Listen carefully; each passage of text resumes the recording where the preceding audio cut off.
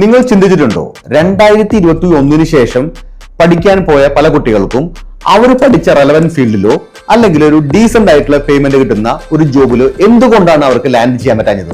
ഇതിന്റെ most important reason അവിടെ high paying job ഇല്ലാഞ്ഞിട്ടല്ല. ഇവരുടെ അഡ്മിഷൻ, വിസ പ്രോസസ്, അക്കോമഡേഷൻ തുടങ്ങി എല്ലാത്തിനും ഇവർക്ക് വ്യക്തമായിട്ടുള്ള ഒരു പ്ലാൻ ഓഫ് ആക്ഷൻ ഉണ്ടായിരുന്നു. പക്ഷേ ഒരു ജോലിക്ക് ആവശ്യമുള്ള ഒരു സ്ട്രാറ്റജിക് പ്ലാനിങ് ഒരു 90% സ്റ്റുഡൻസിനും ഉണ്ടായിരുന്നില്ല. ഏതെങ്കിലും ഒരു റാൻഡം യൂണിവേഴ്സിറ്റിയിൽ റാൻഡം കോഴ്സിന് ജോയിൻ ചെയ്ത് നല്ലൊരു ജോലി കിട്ടുന്ന കാലമൊക്കെ കഴിഞ്ഞു.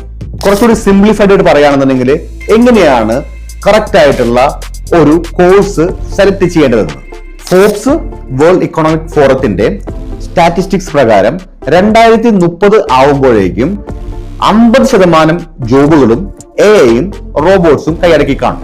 ഫോർബ്സ്, വേൾഡ് ഇക്കണോമിക് ഫോറം എന്നിവയുടെ സ്റ്റാറ്റ്സ് അനുസരിച്ചിട്ട് 2030 ഇപ്പോൾ നിലവിലുള്ള 50% ജോബുകളും എഐയും അതേപോലെ തന്നെ റോബോട്ട്സും റീപ്ലേസ് ചെയ്യാൻ പോവുകയാണ്. സോ 2030 ശേഷം എങ്ങനെ ഒരു ഹൈ പെയ്ഡ് ജോബിൽ ലാൻഡ് ചെയ്യണമെന്നും അതിന്റെ പ്രിപ്പറേഷൻസ് എങ്ങനെയെന്നും നിങ്ങൾ അറിഞ്ഞിരിക്കണം. Click here for more details. Study smart.